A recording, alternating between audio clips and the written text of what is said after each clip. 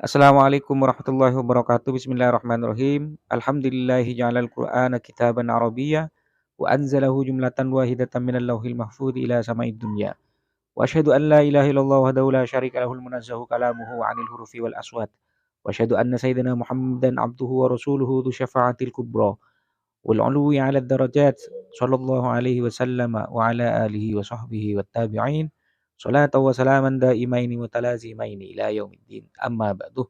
Hadratal muhtaramin, para alim, para ulama, para kiai yang sangat kami muliakan, dan tak lupa kepada para viewers, para penonton, para pelajar yang sangat kami cintai. Pada kali ini saya mencoba membahas tentang kalimat zikir dari Hu.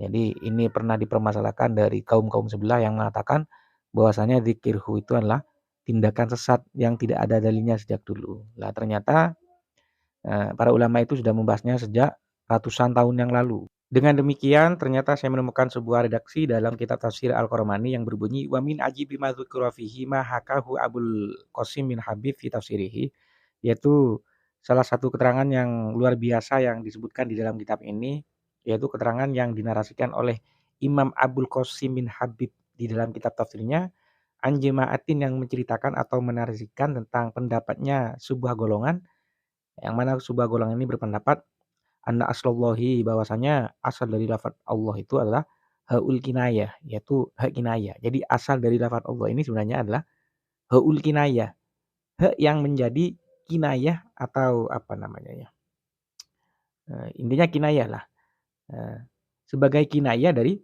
lafaz Allah, seperti itu. Jadi asalnya hu saja, seperti itu. Lah ha kinayah ini juga dikenal dengan ha dhamir. Wa dzalika annahum asyaru ilaihi bimawdi'a fi nufusi min dalailil fitrati. Mereka memberikan sinyal kepada Allah, sinyal ini ditujukan kepada Allah dengan memakai kinayah ini yang mereka letakkan di dalam hati, yang mereka tanamkan di dalam hati. Sehingga seakan-akan ketika menyebutkan hu, ini seakan-akan mereka itu menyatu dengan Allah Subhanahu wa taala. Idz lam ya'lamu lahu isman maudhu'an, karena mereka sudah tidak tahu sebenarnya apa namanya hakikat dari nama-nama yang apa namanya, yang ditujukan kepada Allah Subhanahu wa taala. Jadi seakan-akan mereka mengatakan hu ini sudah seakan-akan menyatu kepada Allah Subhanahu wa taala.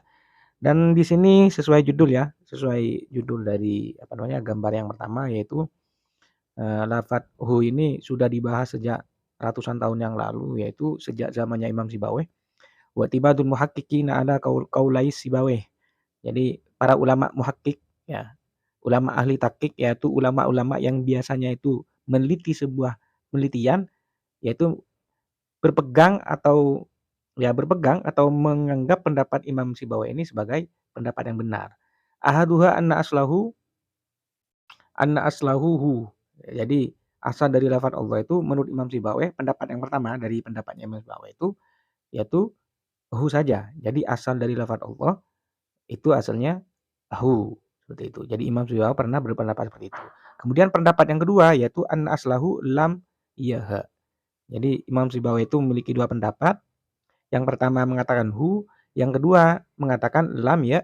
Tapi dalam kitab lain saya menjumpai bahwasanya Imam Sibawayh pendapat asalnya lafaz Allah itu lahu, seperti itu. Mungkin ini ada pergantian dari lam ya ke alif ya. Jadi lahu. Kemudian ditambah dengan alif lam agar menjadi makrifat. Menjadilah Allah, Allahu.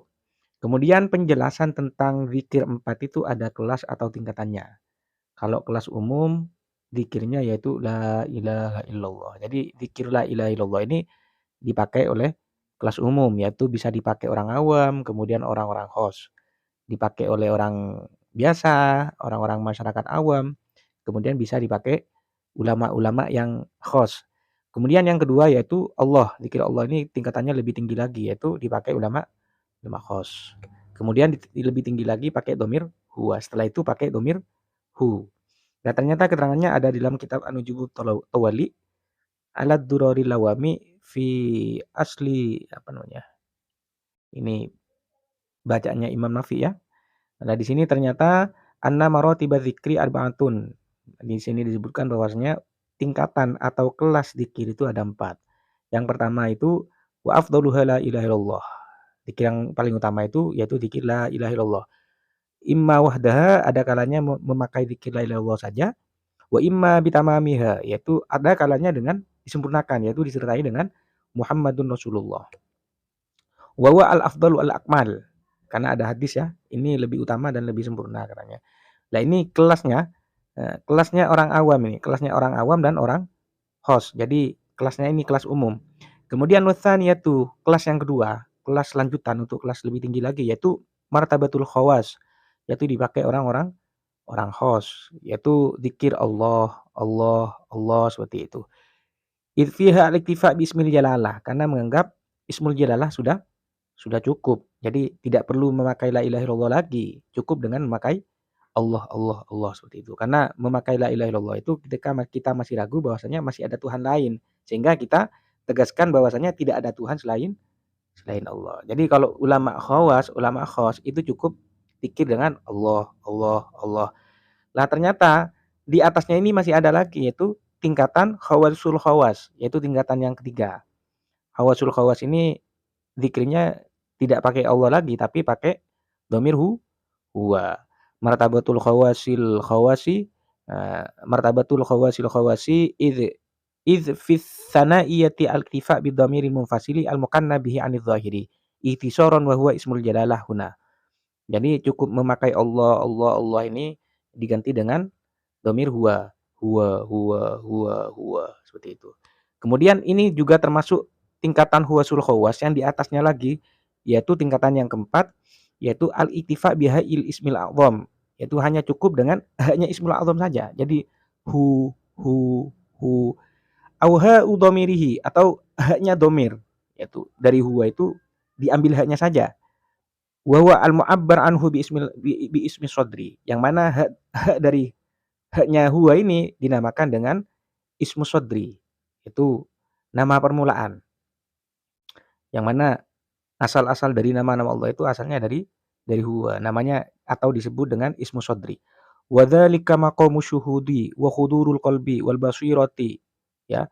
Ini termasuk makom syuhud, makom hudurul qalbi, ya. Makomnya makom syuhud, kemudian hudurul qalbi, ya. Kemudian basirah ma'al hadrah al hadratil ilahiyah, ini sudah tingkatan-tingkatan yang luar biasa. Hatta istagna bid dhamiri, sehingga ya menganggap memakai dhamirhu ini sudah dianggap cukup. Jadi seakan-akan ketika memakai dhamir ini sudah menyatu dengan Allah Subhanahu wa taala, seperti itu.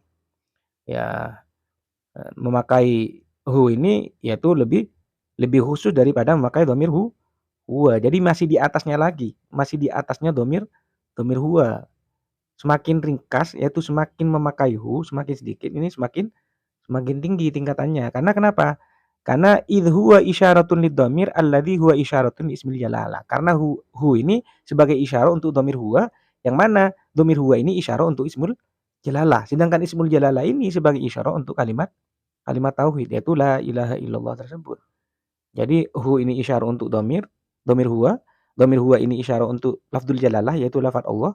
Lafaz Allah ini isyarat untuk kalimat tauhid la ilaha illallah. Jadi tingkatan dhamirhu ini adalah tingkatan tertinggi. Jadi ya mereka-mereka yang melarang ini zikir memakai hu yang enggak ada dasarnya dari bahasa Arab manapun, ya ternyata ada di sini seperti itu. Imam Sibawayh saja berpendapat seperti itu. Meskipun di mazhab Basrah itu mengatakan dhamir hu itu yaitu huwa, yaitu secara lengkapnya jami'an seperti itu. Ulama-ulama Basrah ya pendapatnya seperti itu, jami'an, enggak ada istilahnya dhamir yang hurufnya cuma satu saja. Tapi di sini buktinya ada itu. Keterangan bahwasanya ulama ahli tahqiq itu meliti bahwasanya Imam Sibawayh itu memiliki dua pendapat. Yang pertama pendapatnya asal dari lafaz Allah itu hanya haknya saja seperti itu. Kemudian selanjutnya wakila al-aslu fihi haul kinayah, di dalam kitab Al-Jamalaini lil Jalalaini ini juga disebutkan di situ asal dari lafaz Allah itu adalah hak kinayahnya saja. Kinayah anil gaib, sebagai kinayah anil gaib. Bahkan saya pernah menemukan di salah satu keterangan kitab kecil ya, tapi saya lupa judulnya apa itu. Saya cari-cari lagi sudah nggak ada. Di situ al-haq kinayatun anil atau al-ha'u yadullu ala malik gaib. Jadi Allah itu lafaz hu itu menunjukkan bahwasanya Allah itu adalah pemilik gaib seperti itu. Kemudian di sini ada juga keterangan di dalam kitab Walillahil Asmaul Husna ini disebutkan wa idza khutifat al-alifu wa lamail mulki wal malakut fayabqahu haul huwiyah adzatiyah. Jadi sebenarnya ketika alif lamnya dibuang, lam milki dan lam alif lamnya alifatnya dibuang, maka tersisalah hak huwiyah, yaitu hak yang menjelaskan tentang identitas Allah Subhanahu wa taala. Mungkin seperti itu saja keterangan dari saya, kurang lebihnya mohon maaf dan terima kasih untuk yang subscribe dan membagikan video ini. Saya ucapkan terima kasih. Assalamualaikum warahmatullahi wabarakatuh.